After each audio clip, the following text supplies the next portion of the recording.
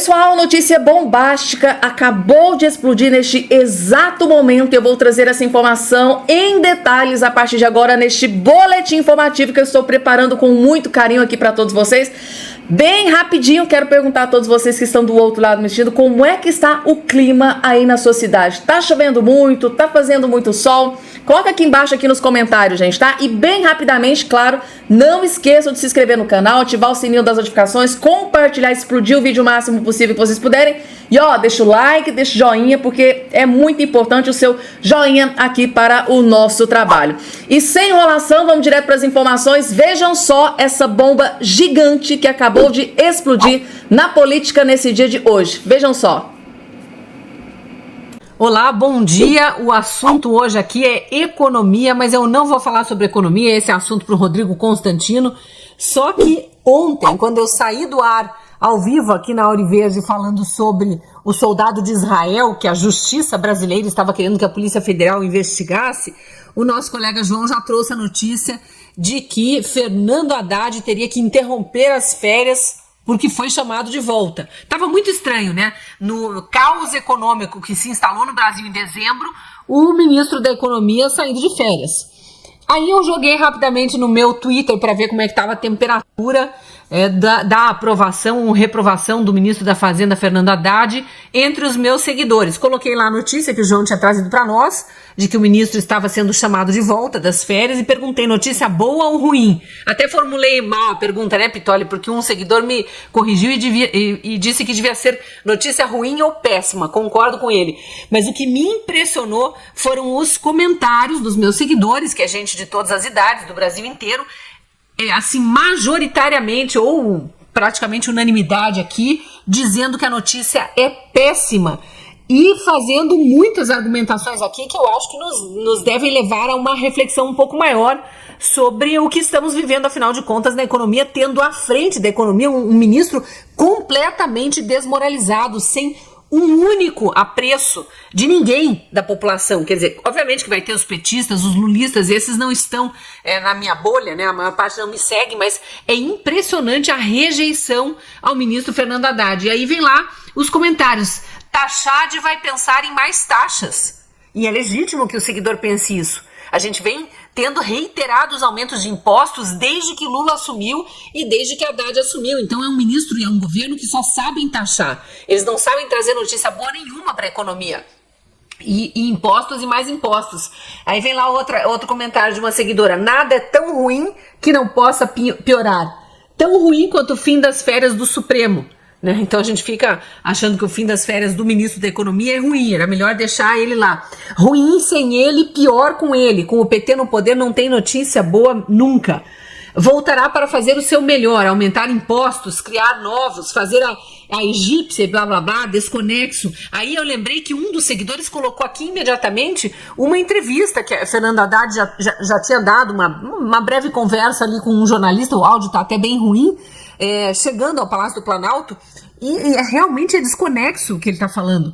O repórter pergunta, o senhor acredita numa retomada, numa regulada no câmbio com o seu retorno das férias? E ele diz, o pessoal lá está autorizado a fazer o que é necessário.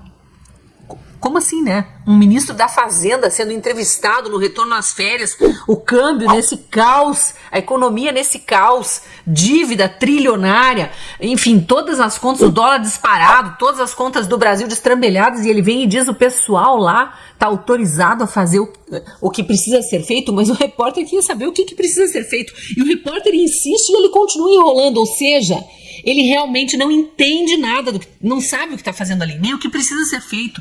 Então é assustador que o povo brasileiro não tenha a mínima esperança de que esse desgoverno consiga colocar o Brasil de volta nos trilhos e que esse ministro da Fazenda saiba o que precisa ser feito para que o Brasil volte para os trilhos. Aí o pessoal continua perguntando, será que tem que piorar? Tudo que vem desse governo é ruim. Aí eu achei, talvez o melhor dos comentários, que a gente precisa também rir um pouco das nossas desgraças, foi o seguidor que colocou assim, péssimo. Se ao menos ele ficasse mais uns dias fora, quem sabe o estagiário que ficou em seu lugar não produzia algum resultado positivo para o Brasil. Então, é triste, mas chega a ser cômico, né? Seria cômico se não fosse trágico a gente pensar que um estagiário no Ministério da Economia, claro que aqui é uma figura de linguagem, né?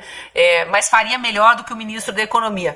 Não tá fácil, viu, Pitolli? Eu trago esse assunto meio solto aqui pra gente brincar um pouco com a desgraça, mas temos que acompanhar muito atentamente o que vai ser feito agora, porque o governo tá na metade do seu período, né? Tá começando o terceiro ano. Eu tava tentando lembrar aqui o que o governo Bolsonaro vivia no início do seu terceiro ano.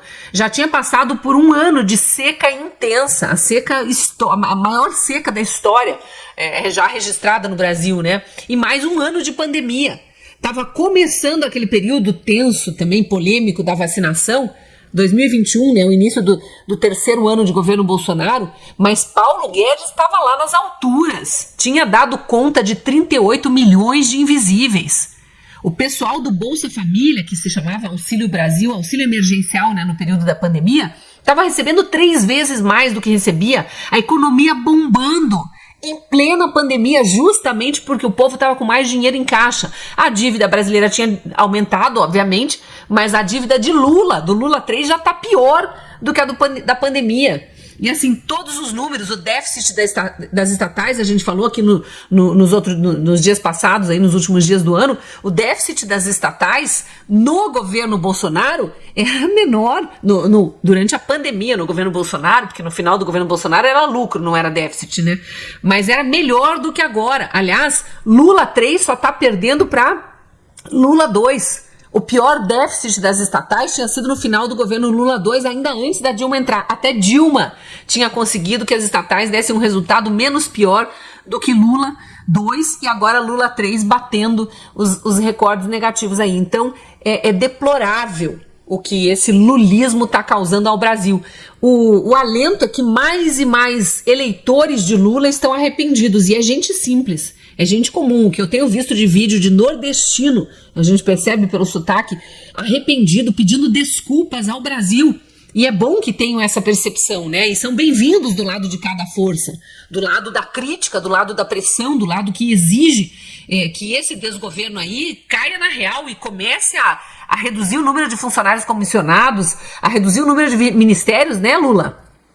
Porque é assim, com o arroxo fiscal, que se resolve as contas quando o orçamento está no vermelho. Qualquer dona de casa sabe isso, parece que a Janja não sabe, mas o Lula deveria saber, né? Ele está sob o comando do Brasil, e o Haddad, então, nem se fala. Então é preciso que a gente traga essas percepções do brasileiro comum à tona para a gente tornar maior essa pressão sobre os nossos parlamentares assim que eles voltarem, né, do recesso, mas principalmente sobre o executivo e sobre o governo. Não queremos mais taxas, viu, Tachad? E muito cuidado nesse seu retorno das férias, porque o brasileiro está de olho.